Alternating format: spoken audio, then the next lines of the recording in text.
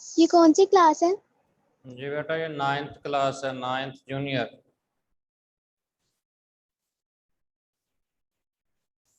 جی بسم اللہ الرحمن الرحیم۔ تمام اسٹوڈنٹ کو السلام علیکم۔ وعلیکم السلام۔ جی بیٹا صفحہ نمبر 50 ہے، 50، حدیث نمبر 3 اور 4 ہم نے آج پڑھنی ہے۔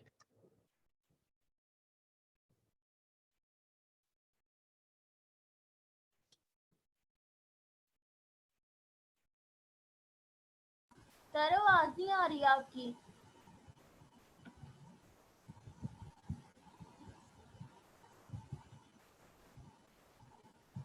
سر آواز نہیں آ جی رہی۔ السلام علیکم، آ رہی ہے اب آواز بیٹا؟ یس سر آ سر۔ رہی ہے۔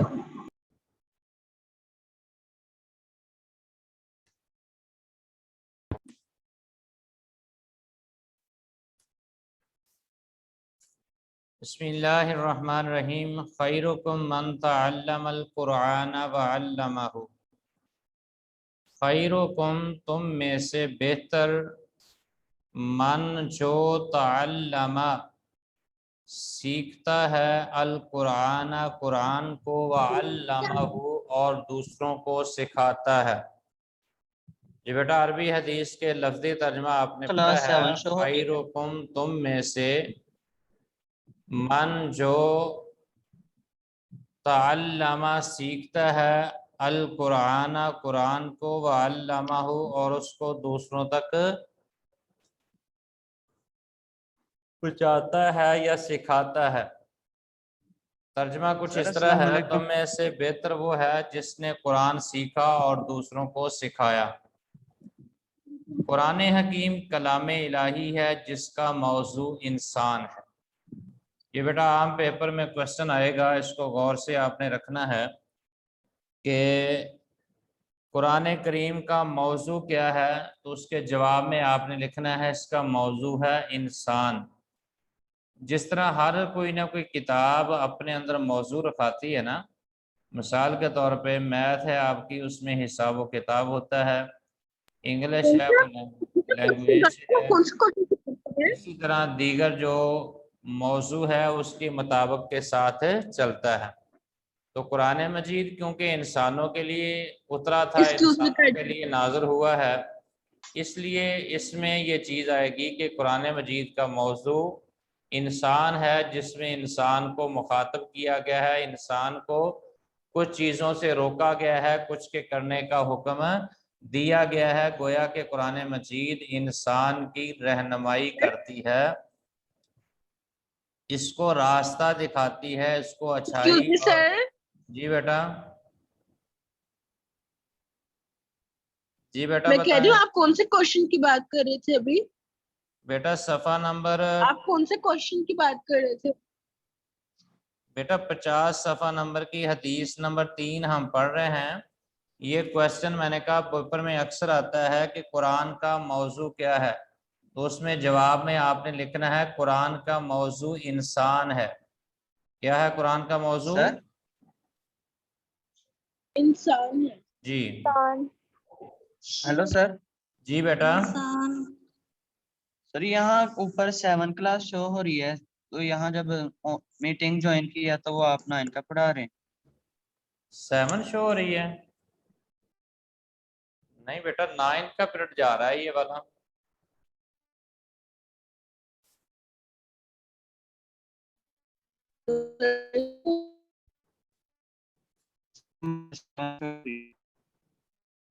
جی بسم اللہ الرحمن الرحیم۔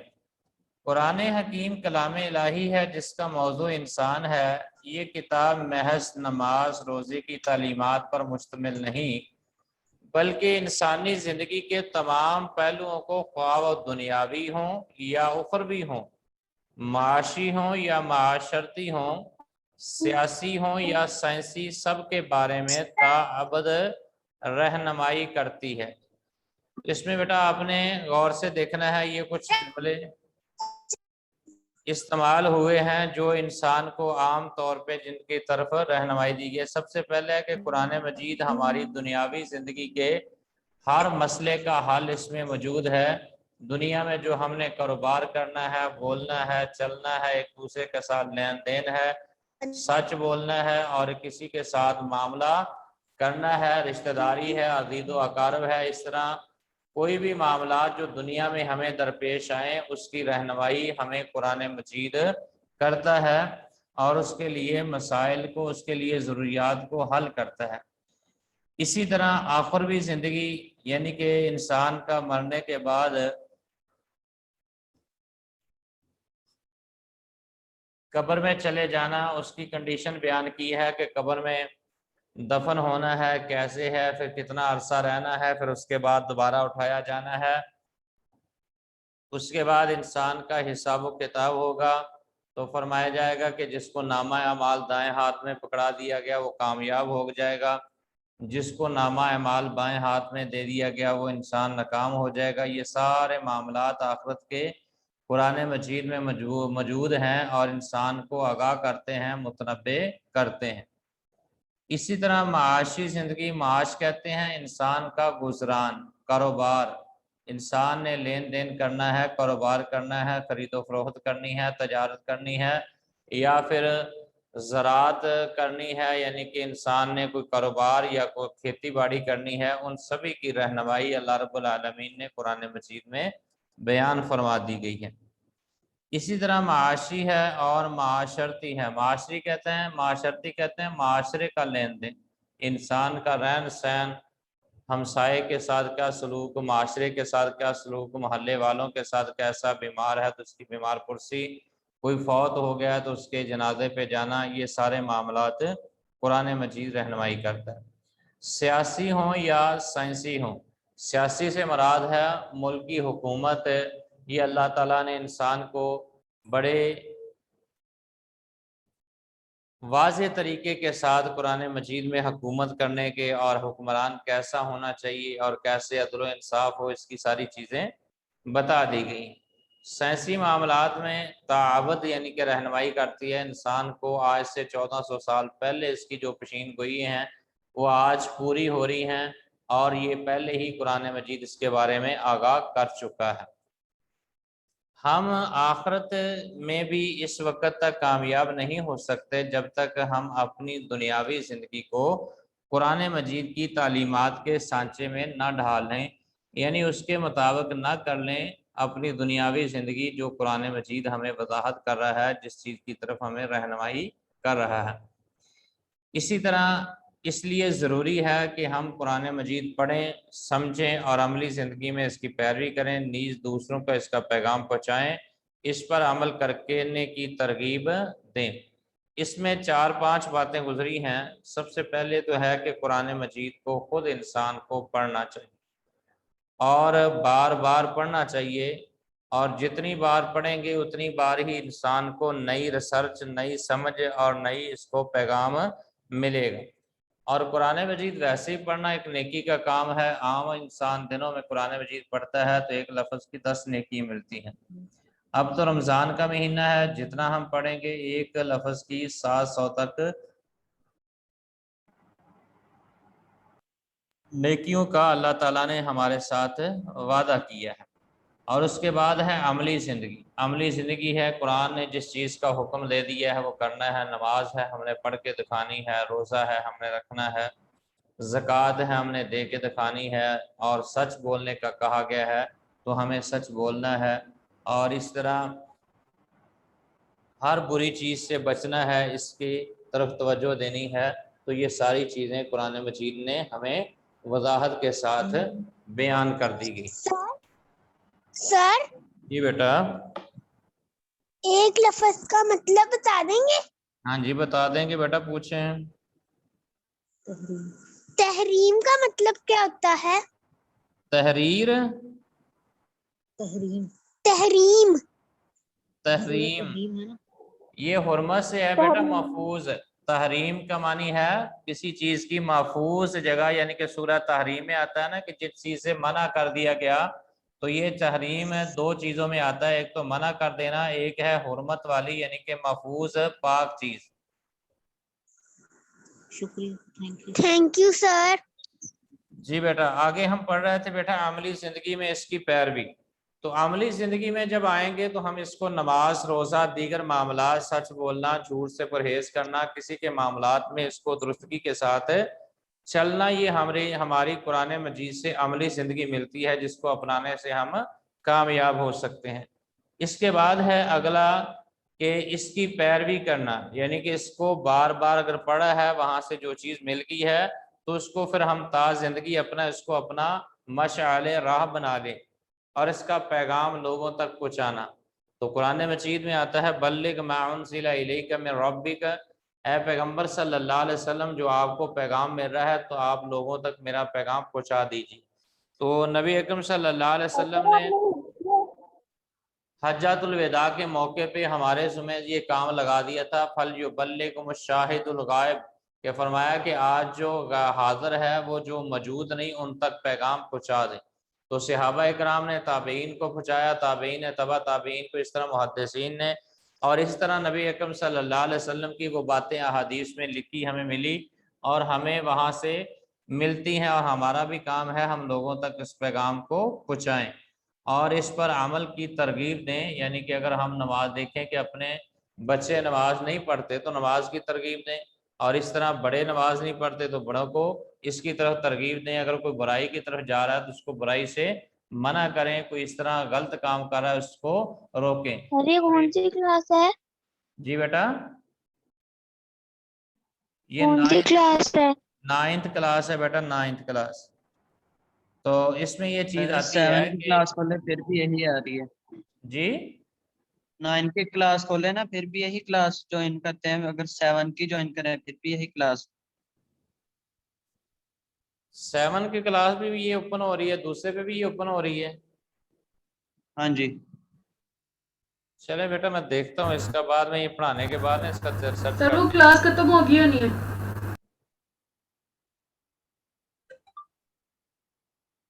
جی چلیں یہ ختم کرتے ہیں پھر اس کے بعد بیٹا یہ کام چاہتے۔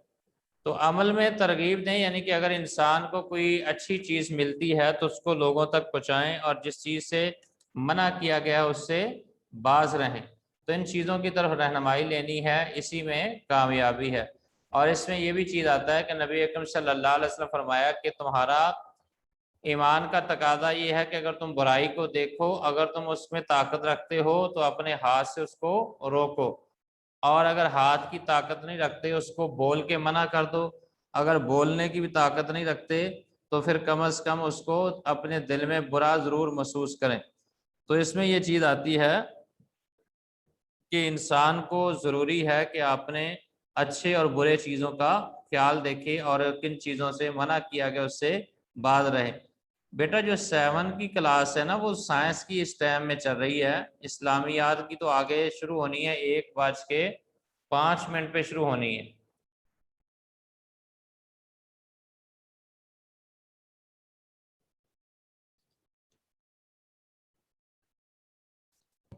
سر صاحب آپ نے حفظ کیا ہوا ہے؟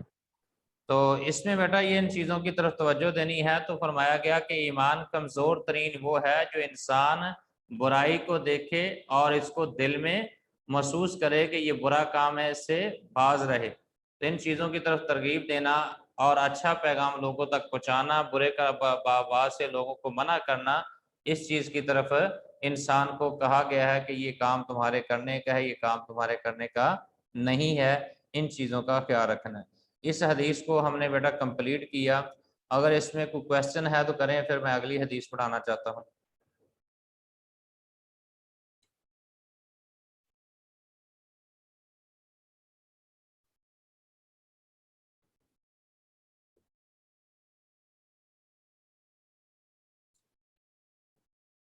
جی آگے والی حدیث ہے من صلی علیہ مرۃ فتح اللہ لہ بابا من العافیہ، جس نے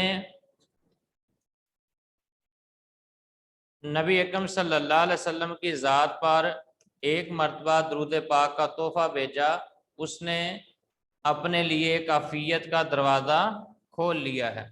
تو عفیت کا دروازہ کھولنے سے مراد یہ ہے کہ انسان کے لیے معافی کا سبب بن جاتا ہے. تو معافی کے لیے یہ چیز ہے کہ انسان اپنے اس شرف میں یہ آئے گا کہ انسان دیکھتا ہے کہ کیا چیزیں اس میں شامل ہیں، کیا چیزوں سے روکا گیا ہے. تو ان چیزوں کی طرف توجہ جب دے گا تو پھر ان چیزوں کی طرف آئے گا. نبی کریم صلی اللہ علیہ وسلم فرمایا جس نے مجھ پر ایک مرتبہ درود بھیجا اللہ تعالیٰ نے اس کے لیے ایک عافیت کا دروازہ کھول دیا ہے. نبی کریم صلی اللہ علیہ وسلم محسن انسانیت ہیں. آپ صلی اللہ علیہ وسلم بنی نوع انسان کو دنیا اور آخرت کی کامیابی کا راستہ دکھایا. آپ نے اپنی زندگی میں عملی طور پر ہمارے لیے اسوہ حسنہ پیش کیا. انسان پر حضور اکرم صلی اللہ علیہ وسلم کے احسانات کا تقاضا یہ ہے کہ ہر چیز سے بڑھ کر آپ صلی اللہ علیہ وسلم سے محبت کی جائے، جس کی عملی شکل یہ ہے کہ آپ صلی اللہ علیہ وسلم کی تعلیمات پر عمل کیا جائے. محبت و عقیدت کا اظہار کے طور پر آپ صلی اللہ علیہ وسلم پر درود پاک پڑھا جائے. قرآن مجید میں سورہ احزاب میں ارشاد ہے اعوذ باللہ من الشیطان الرجیم، بے شک اللہ اور اس کے فرشتے نبی اکرم صلی اللہ علیہ وسلم پر درود بھیجتے ہیں. یا ایھا الذین آمنوا صلوا علیہ وسلموا تسلیما، تو اے ایمان والو تم بھی نبی اکرم صلی اللہ علیہ وسلم پر درود و سلام بھیجا کرو. اس سے ظاہر ہوتا ہے کہ حضور اکرم صلی اللہ علیہ وسلم پر درود بھیجنے کی ہمیں اللہ تعالیٰ کی طرف سے تاکید ہے. درود بھیجنے والا کا صلہ نبی اکرم صلی اللہ علیہ وسلم نے خود اس حدیث میں ارشاد فرمایا جس نے مجھ پر ایک مرتبہ درود بھیجا ہے اس کے بدلے میں اللہ تعالیٰ اس شخص کے لیے ایک عافیت کا دروازہ کھول دیتا ہے. عافیت ہوتا ہے بیٹا ہر قسم کی پریشانی سے محفوظ ہونا. نبی اکرم صلی اللہ علیہ وسلم فرمایا کہ جب آدمی دعا کرے تو دعا میں یہ ضرور کیا کرے اللہ مجھے عافیت عطا فرما. اللہم عافینی فی بدنی، اللہم عافینی فی سمعی، اللہم عافینی فی بصری. تو اس انداز سے جب آدمی دعا کرتا ہے تو اللہ تعالیٰ اس آدمی کی دعا سنتا بھی ہے، اس کے لیے تمام قسم کی پریشانیاں دور بھی کر دیتا ہے.